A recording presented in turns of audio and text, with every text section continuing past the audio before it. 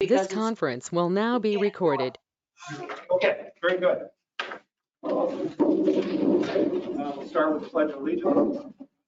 Allegiance to the flag of the States of America and to the republic for which it stands, one nation, under God, indivisible, with liberty and justice for all. And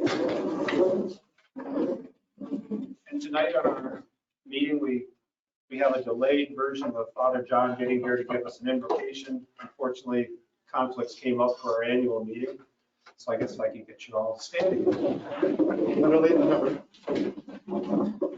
Thank you, Art. Thank you all for this privilege. We place ourselves into the presence of the God who surrounds us, the God who is within us. Gracious God, we gather here with a sense of gratitude for life. You have blessed us and our village abundantly. This village board and our new mayor come to you today asking for guidance, wisdom, and support. Help them engage in meaningful discussion.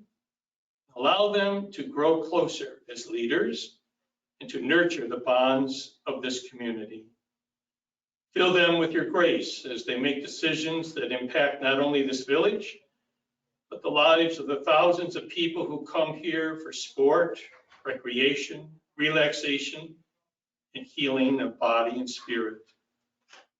Allow these public servants to be selfless in their service. May they challenge all of us to live lives that reflect the magnificence of these Adirondacks. We thank you, Lord, for all your blessings. Amen. Amen. Thank you very much.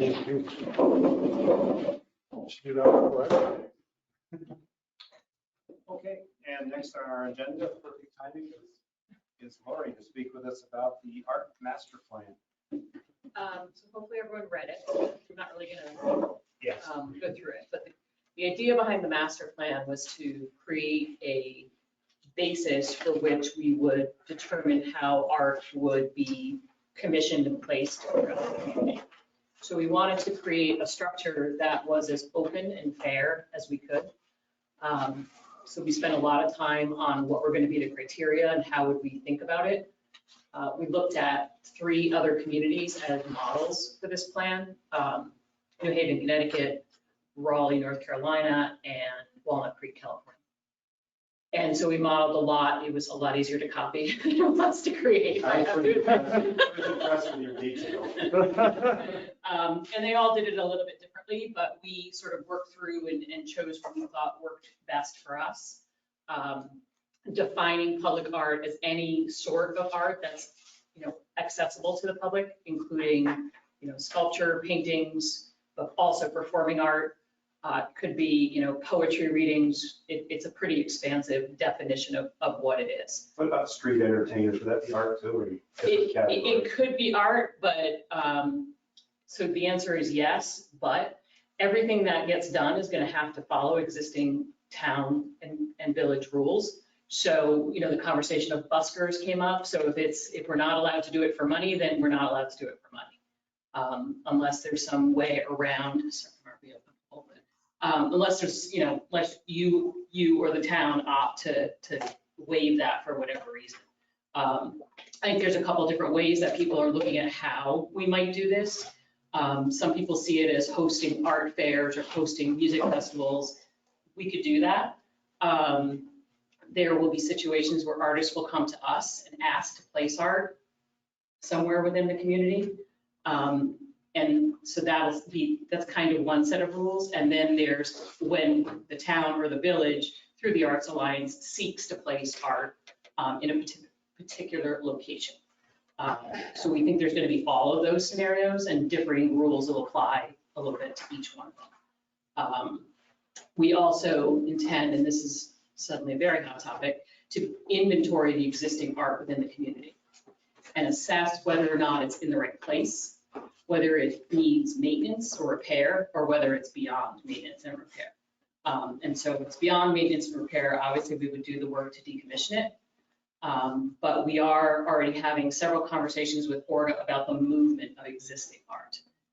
So 2 pieces specifically, the Sonia Henney sculpture, which is The conversation is to move it from the Olympic Center to the Oval, just because it's not safe where it is, and to give it more context. And then Terry is supposed to reach out to me to talk about the Buchanan sculpture right outside the front entrance to the Olympic Center, because that has to be moved for the construction and if the Miracle Monument is going to go there. So we're going to have that conversation. And, and that brings up a lot of other topics, like who owns that piece of art? Does that belong to the town? Does it belong to Orta? Does it belong to the artist? Is the artist still alive? And if we move it from Orta town land, leased land, to some other piece of land, who owns it now?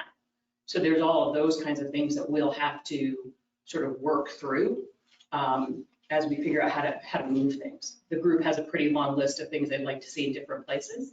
But I think that's probably where we'll start.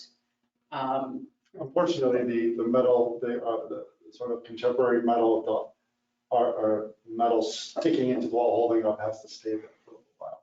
Talking about the MBT line. Yeah, so like that, well, we can't move that right now. I'm just joking. That beautiful piece of cement.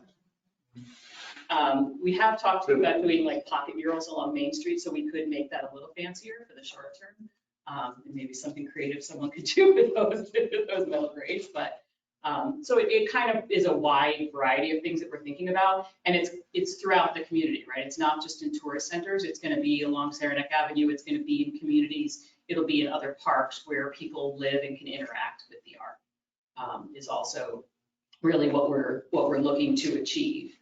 There was one point I really wanted to make. Sorry.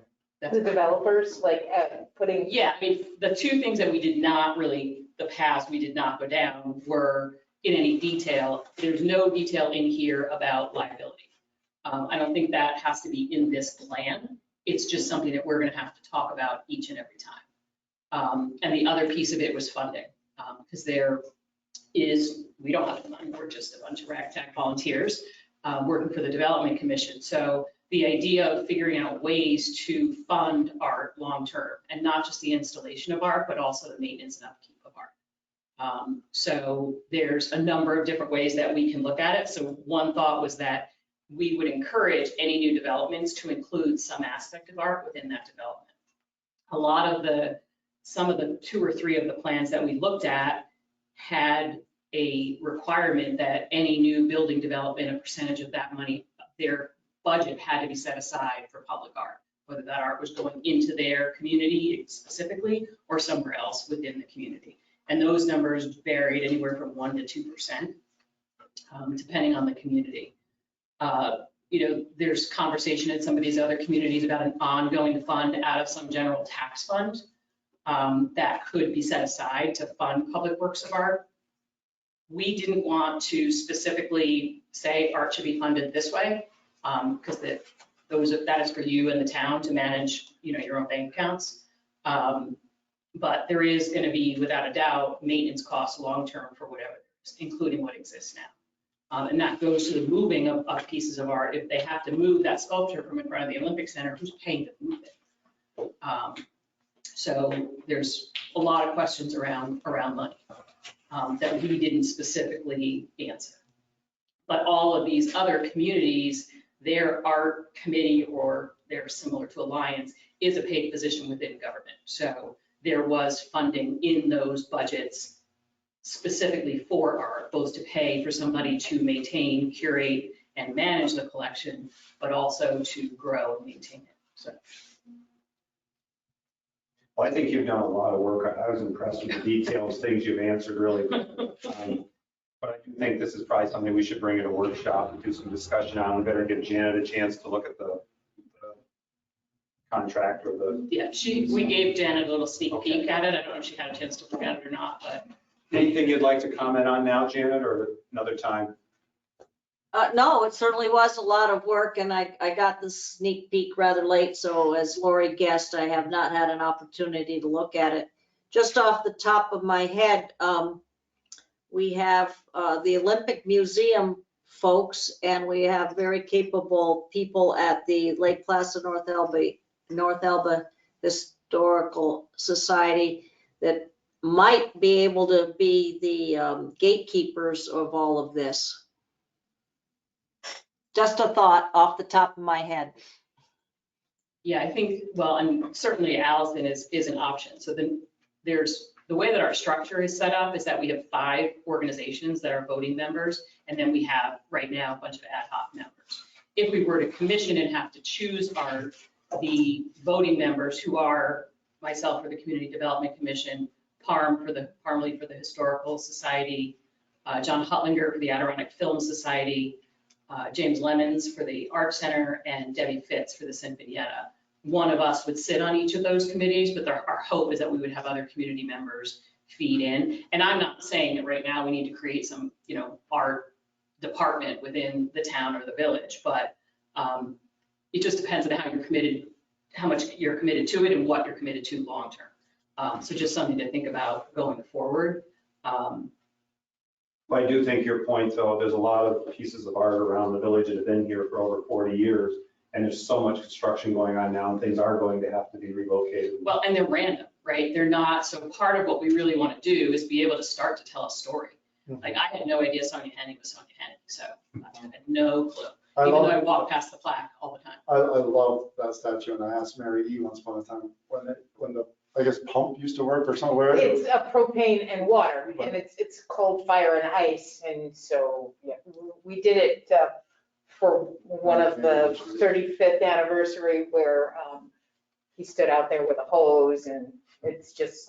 When it has ice on it, it's beautiful, I love it. It is incredible. But then the ice melts onto the sidewalk and Yeah. people slip and fall. So that's why the center of the oval seems like a safer place for it. But and there's expense involved with that. And yeah, and then where are we putting all these things? And are they being temporarily moved until construction is finished, or are they being permanently moved, as in the case of the structure outside the Olympic Center, which needs to be permanently moved? Well, I think you said it best. Everything's been at random now, and maybe we can have a plan for things. Right, and tell a story, and it doesn't all have to be the Olympic story either. So a lot of art was built for and around the Olympics, so a lot of it is related to that. No matter how tangentially, because some of it I think just went up because it was the Olympics, but to really start to put together a story that tells the story of our community, and perhaps some of the, even some of the neighborhoods within the community. And have you been to the town yet with this, or? No. Maybe later, okay, so I'll talk with Jay. They're next, yeah. Okay. Any questions from any of the rest of you? Just my question is, this is the initial sort of template, We're getting started. evaluate it, and then finalize it, and then move on from there. Yeah, if you have comments and thoughts, and then we'll do the same with the town board, we can make changes to it. Like I said, I don't think this needs to have a whole liability section. It's not a legal document necessarily, but it gives us a path forward. Sure. And we can realign this each year as we go forward, because much like the Appearance Committee and the Community Development Commission, we'll revisit every January with you guys who's on the voting board, who's participating in it, and any changes as we go along, because we don't really know. Well, And it covers a lot of different entities. I mean, it's going to cover Orta, it's going to cover the town, the village, and private property, so it's. No, yeah, great idea. if we can encourage, private developers to contribute in some way, whether in their development. In another conversation we had, and I think I talked to Jackie about this when we talked, is the sculpture that's outside the Art Center in what is now the Despo's parking lot, that used to be in the middle of a lawn, probably should be moved. Is this the yellow and Yeah, red? but Used to be down there's a here. bunch of questions about who owns it. So that's where that comes from. And then, should there be art in the Cell Science Center development? It's going to be a large community. It seems like a good place to perhaps put a piece of art. What should go there? Should it be that or something else?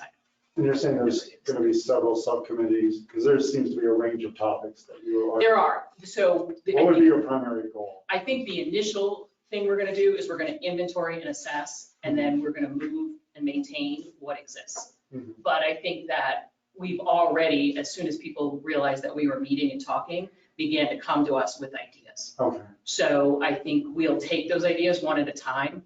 That's where there'll be a committee who, if we were to go out and say, we want to do pocket murals all over Main Street, Okay. we would go out and put out public, like an RFP for artists to come back in and say, here's what I want to do, here's where I want to do it, here's how, what I need to get paid to do it, whatever it might be. And then we would create a subcommittee to make the selections of which 5 murals or 10 murals or whatever it is go there. Okay, If artists come to us individually, then we would assess those individual projects. And are they on public property? Are they on private property?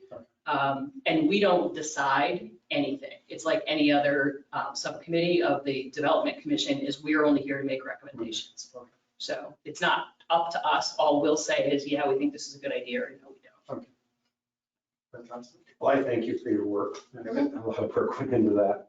It's a bit of a headache. And like I said, we will bring that up for next workshop. One or two strong personalities. Just, does that happen with art? It just needs to go hand in hand.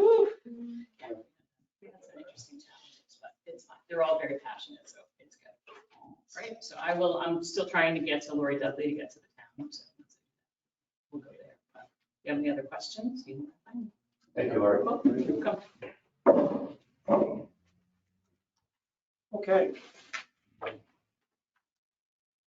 this point, I would look for a motion to accept the minutes from the regular board meeting. Sorry. That's okay. That's a habit. And that wasn't our annual meeting that we're going. Oh, okay, yep. So moved in a second. Second. All in favor? Aye. Motion passes. Okay, and then we have a resolution for shared services with other municipalities. I don't know if you all had a chance to read the contract. I did. It sounds pretty straightforward. It's the same as we've had. I don't believe there are any changes from the last year. And I believe this actually is a roll call. First, I guess we would need a motion to approve the resolution for shared services. So, second. Any discussion on it? You guys? Okay. So trustee Deputy Mayor Holdery Aye. and trustee Leon, Aye. trustee Galvin, trustee Kelly, Aye. and mayor votes aye as well.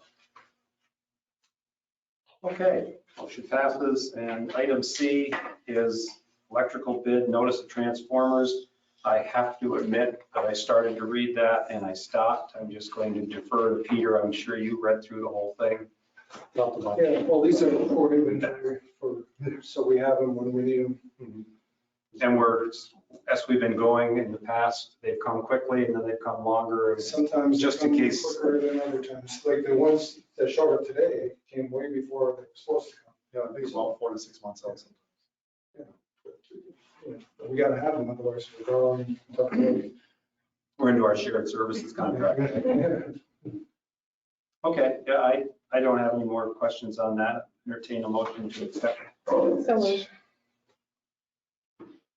Second. All in favor? Aye. Okay, motion passes. And item D, I'd like to table at this time. Or actually, I guess we don't really need to table it. We could get Janet to chime in. That, could you give us what you found on that, Janet?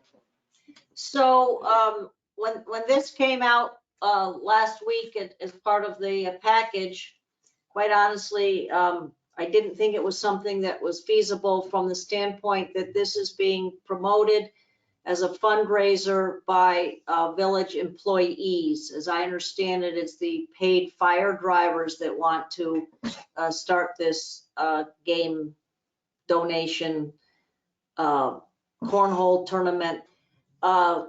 So following up on my feeling that this was inappropriate, we have now two opinions. One from Brian Kremer, who is our union lawyer, saying that this is not appropriate activity for the union to take place on village property for a couple reasons. One is liability issues, and two is it is not in the bargaining agreement that allows them to fundraise on village property. More importantly, and without any distinction of whether it's on village property or not, is the fact that fundraising by a municipality is not permissible under state law unless you have legislative approval from the state which is probably something that would be incredibly rare, or whoever's donating receives something of value in exchange for their donation, which wouldn't be the case here. So village employees cannot try to raise funds this way or any way. Now, you can say, well, how have people done things in the past? And you can have a separate organization of which the village is not any part, raise funds and then donate the money to the village or the municipality. But this activity proposed by village employees is not something that would be allowed under existing New York State law. That was my initial feeling. It's now been confirmed also by our great resource at NICOM. So what you're telling us is if they really want to go forward with this, they should not represent themselves as village employees, maybe say go to the horse show grounds and ask to do something like that, provide their own insurance, and then. Right, and I would question how they can fundraise for the union. Remember, that's still part of our relationship with these people, the paid fire drivers, and I don't know whether we would want to have them fundraising for the union as municipal employees. So I think it would be a very different thing if the volunteers wanted to do it, but not our paid people and not for the union. Okay, Janet, Unfortunately, we're going to have to tell them no. can you, is it possible you could call Greg Hayes and explain it to him? Sure. Nita will give me his phone number tomorrow and I'll be happy to explain it to him. That's great. You'll do it better than I would. Be more efficient. So just, Janet, just for me to be clear, so for instance, in years past, the village board authorized the fire department to do a food drive, but they were doing it for another. That was the That volunteers. was the That was the volunteer volunteers. component. And it was for another charity, so to speak. It wasn't for. Oh, it was for them, but because I think they used it at some cases to buy equipment, but that, they are not the village, they are volunteers. They have their own organization. Okay. The way it was presented is it's our paid fire drivers who want to do this. That's the distinction. Okay. Thank you. They're not doing it in their capacity as the Lake Placid Volunteer Fire Department, which is a separate not-for-profit organization. any other questions? Okay, do we need to vote to say we didn't, or do we just? I think it would be appropriate to either table it or just vote now, and based on legal prohibitions, you can't approve it. Maybe just table it and I will speak to Greg. I think tabling would be nice. And then they can withdraw their request. I think tabling it would just be nicer than they can revise it. So move to table it. Such a lefty. Right? Right after this, I'm gonna go hug a couple of trees too. Second, Second. all in favor? Aye. Motion tabled. I'm getting my electric car. I'll try to hug my trees. Go get some food. Okay, item E is Lake Placid Middle High School spring concert request for Mids Park. Hopefully all had a chance to read that. We have vetted that with Linda Beers, Yes, and she said it was pretty much up to the board. as long as they follow protocol. I would accept a motion to approve that if you're so willing. Second. And with that motion would be provided they follow the state guidelines for COVID And our guidelines for the park. and guidelines for the park, correct? Yeah. All in favor? I was going to add that they follow the guidelines for the park, and it looks like they might have been requesting maybe some audio equipment. It was sort of, he did say in his email or his message that maybe the school could provide the mics or whatnot, but it was unclear to me whether they were asking us to provide anything, which I think we can't because we don't have any of that equipment. I think the only thing maybe, the school has, I think maybe they're just power for the equipment, if anything else. Because the school does have the equipment. I put it on them if they want to bring it down, just if we have power. We have power there, right? Yeah. Okay, good. Okay, so, sorry, we, all in favor to be all right? Aye, yeah, okay, so good. Okay, motion passes.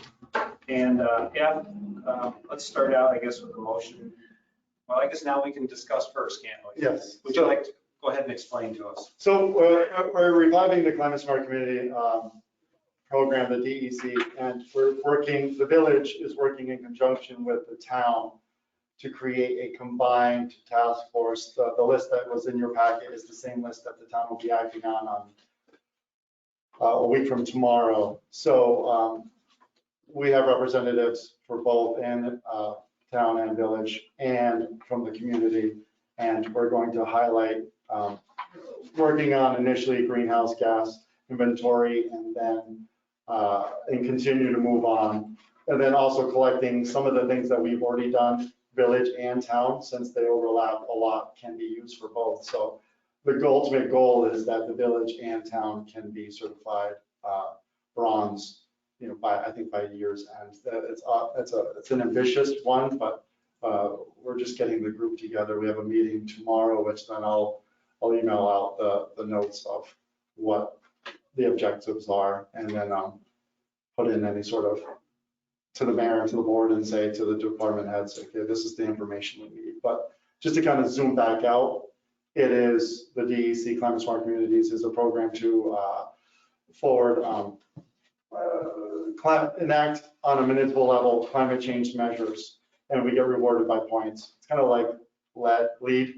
The more energy efficient you are, we have, and since the assumption a couple of years ago, we were sitting at 60 points, 120 points is needed for bronze, but we haven't even counted the car chargers that are going in, possible additional car chargers, and purchase of hybrid vehicles, which would bump us up, and the LED street lights that are going in. So we've accomplished quite a bit without even really tracking. So, but this group is more or less going to collect that data and pull all of it and put it into the DEC website, and then provide any sort of recommendations to get us over that threshold. So, Jason, the IEP projects that village has been doing forever, those are all in the smart energy. oh yeah, we're reviewing there's a threshold within the time period, so we're going to make sure that everything is within the proper time period. So we'll account for.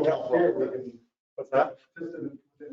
Oh yeah, that's what I'm saying. We were sitting on 60 points 2 years ago before like things fell, and then COVID hit. So I was looking at some of the numbers what we've already done can bump us up to already 80 to 90 points, anywhere a range of 10 to 20 points. What we've done in addition since then. So that'll get us even closer to that.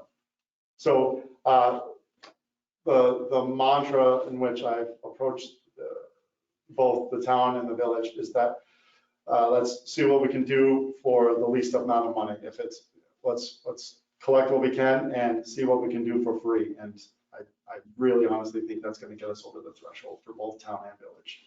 So it's not going to cost the village or town a dime. And we'll have the certification, and I've received emails from Haley Breen, and then a lot of this ties into the FISU as she's interfacing. So I'll start, like you're well aware of that too, but I'll start as the communications come through, have her start CCing you, so you can start seeing the dialogue that's going on. The World University Games Yes. has a component, so the Yes. two should mesh. Yes, so on top of that and the lead, it's just the lead, it just all culminates towards FISU games. It's good. Yeah. And it also mentions in the stuff you gave me that you're developing an action plan. Yeah, they give us, they have action checklists. What I've done is gone through and highlighted what we're working on, what we've already accomplished, and we're starting that with the town. So then the next meeting is getting a general sense of where the village is, where the town is, how they can overlap. And then we're going to start with most likely the greenhouse gas inventory. And then, because that's another 20 points in itself. So in addition to all the other things that we've done, once we complete that, that's 20 points for both the village and the town, which will put us up probably close to 100, 110 after those. So we're close. It's just a matter of spending time collecting data and crunching some numbers. All right, well, let us know when you need to discuss it, either at a workshop or if you want to update us, probably maybe not by next board meeting. If you're just meeting with the town, let us know. Okay, Have you updates. we'll do. But in the meantime, you need us to approve. Yeah, and it's, we've already have a task force, but it'd be nice to go on record because we have several new people. One is, we have the town, it would memorialize the fact that the town and village are working together, which is something that I feel like the previous board and this board would want to continue to pursue. It also has like Colin Hayes, who just recently ran, giving him another opportunity. He was very excited to participate, giving like a younger sort of generation opportunity to kind of interface that middle tier between just students and the young adults. So he kind of represents sort of that younger adult sort of between 10 and 12. Can you include Patrick? Patrick? Yeah, because he knows what the electric Yeah. department's doing. It's a lot more efficient. He can look up IAP stuff. Yeah, I was going to use him as a consultant, but I'm happy if you want to volunteer him officially, we can add him to the list. Volunteer. He's not here, so it's easy. All right, so if we want to add Patrick Ross to the list as well, then I'll make sure that Emily and Derek and the town. He'd board be knows. into it. Okay, For tonight, then I assume we didn't do this at the annual board meeting. We make a resolution to appoint Jason and Peter as our climate smart community task force representatives. yes, yeah, and we've already, yeah. But we didn't do that at the annual meetings. We should do it now, right? Because that's an appointment every year, I believe. Sure. And I think it's more fluid, but if you want to structure it that way, we're happy to do that too. So if someone wanted to make that motion. So moved. All in favor? Aye. Okay. I was going to ask Jackie, but I have a feeling she's already busy. Okay. I was like, what's one more? And I was just like. Still waiting on my, just saying. I hear you. Anything else I needed to come under clerk items? No, that's all. Okay, and under treasury items, you've all had a chance to look at their warrants in your packet, and I believe Mark looked them over. Entertain a motion to accept the warrants. So moved. Sorry. Second. All in favor? All right. Passes. Anything to come to the board before us new business?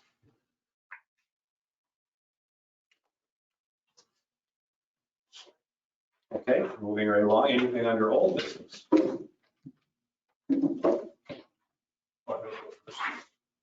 Nothing under old business. Okay.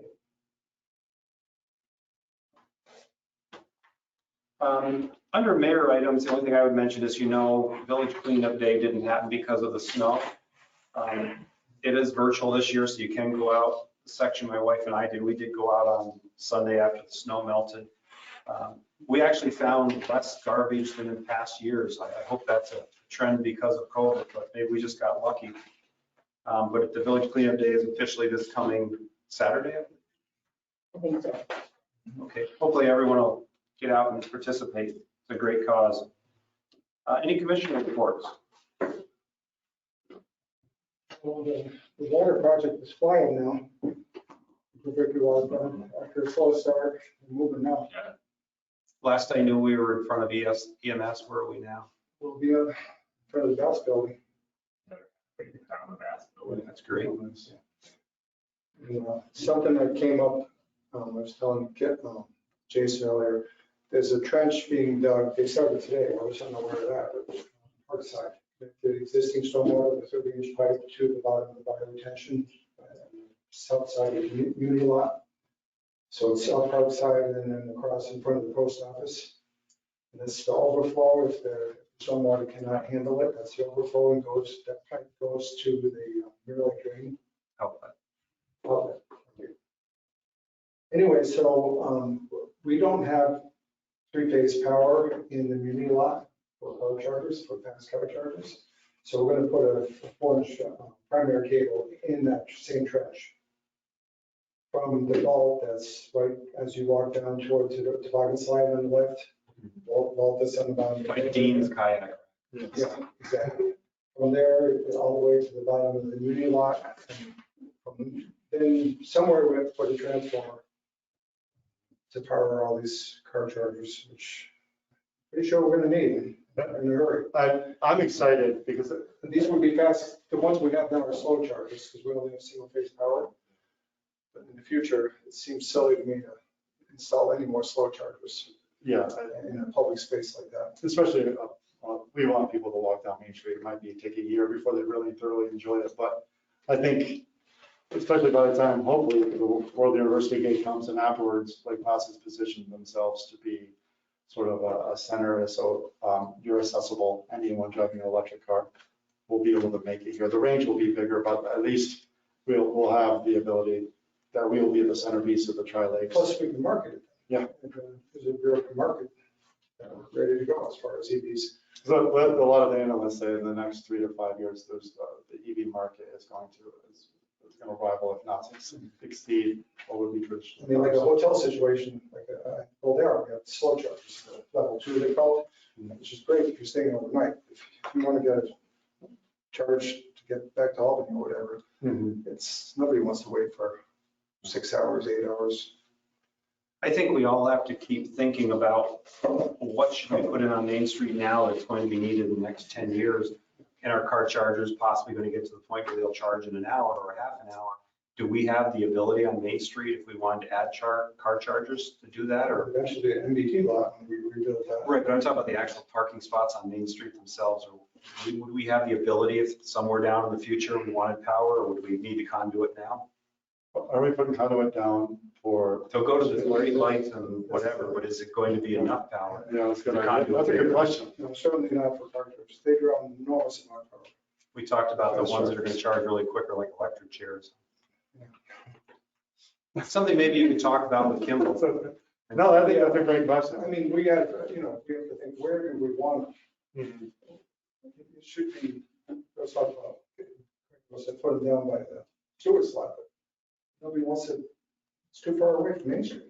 Well, and I do think the car charge is going to get nothing but faster, and it may become to the point where you'll expect to see them in almost every parking spot. Yeah. So we don't want to be digging things up again. If you could talk to Kimball, what would be needed and what he thinks we can or can't do. So what can we at least lay down now? But Conduit, right. Yeah, To prepare for the future. Can I leave that with you two? that's a great idea. Yeah. Peter, Yeah, Peter, where these electric lines are going to go, is it all in the roadway, or is it going to be, or private property, or will the transformers be on any private property? I'm only asking from the standpoint of obtaining easements. well, okay. The transformers, Kimball and I are kicking this around. Ideally, it would go down on the south side of the Muni lot, but they're big and ugly. So possibly, in my opinion, we should have it on all the way to the north by the bathrooms, along the Lucy property line, along that bank. Okay, well, I'm only asking because we're gonna have to get easements, and the easements that we're proposing right now are just for Stormwater. the water and stormwater, not electric. Okay. Let's, Kimball and I, we have to make a plan. I'll let you know. Okay, yeah. Just coming from there, that's all village property all the way through, right? Yeah, but no, this town property, well, the park side is, Yeah. and the highways, the DOT, that's all, that's fine. Yeah. But then when you get the lower parts, the town, of course, Okay. then the upper part is Lucy property. Well, we have an easement for the trench across the Lucy property for the stormwater. Okay. But Jen is saying we need to add electrical in this lot. Okay. So we just have to ask you that and just, okay. All right. Janet, well, There we go. also another question. Last we talked about a possible banning on smoking in public places. And you were going to look into that a little bit to see where and how that might be crafted. Any advice to us before we come up with something to hand to you? That's just really a moving target. I am working with other entities who also in the state, as you know, all these rules are just new to see what we can do and what we can't do. I hope by the next meeting I'll have something, but it's fairly clear that if you're going to, you can ban smoking in our municipal properties. It will have to be a banning of all kinds of smoking, marijuana, cigarettes, vaping. You cannot just pick one or the other to discriminate. The big question is public places. Do you consider a sidewalk a public place? Yes, maybe. Whether we can ban it there, but I am fairly comfortable that we can ban it in all of our municipal properties, whether it's which are primarily at this point parks, because I think all of our indoor municipal facilities, smoking is banned. Okay, thank you. And Anita, if you could put that on our workshops, I think we at least ought to come up with a consensus. I think I know what it is, but I don't want to speak for it. Mine hasn't got put any guidance out yet. We can at least come up with what we want, and then we'll let the legal entity come up and tell us what is practical. Okay, anything else under commissioner reports? Very good. Any public comment? Looks like we have Elizabeth and Bill Bellerman. Quiet tonight. Going once? Elizabeth? No questions from me. Thanks. Okay, if that's the case, anyone motion for adjournment? So moved. All in favor? Aye. Okay.